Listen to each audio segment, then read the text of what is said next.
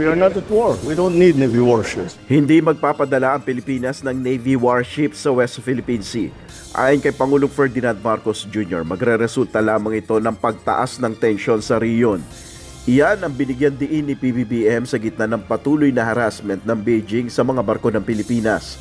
Ayon kay Pangulong Marcos, magpapatuloy lamang ang Pilipinas na protektahan ang teritoryo nito. All we are doing is resupplying our fishermen, protecting our territorial rights. Dagdag pa ng Commander-in-Chief, hindi magiging dahilan ng Pilipinas upang mapataas ang tensyon sa West Philippine Sea. We are going to continue to perform our mission. We will never be part of an escalation in the situation in the West Philippine Sea.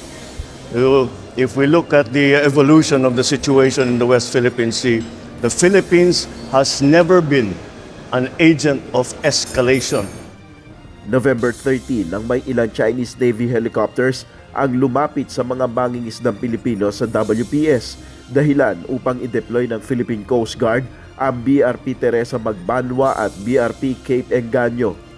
Sumunod naman noong December 4, binomba ng tubig ng China Coast Guard ang Bureau of Fisheries and Aquatic Resources o BFAR vessel malapit sa Baho de Masinloc.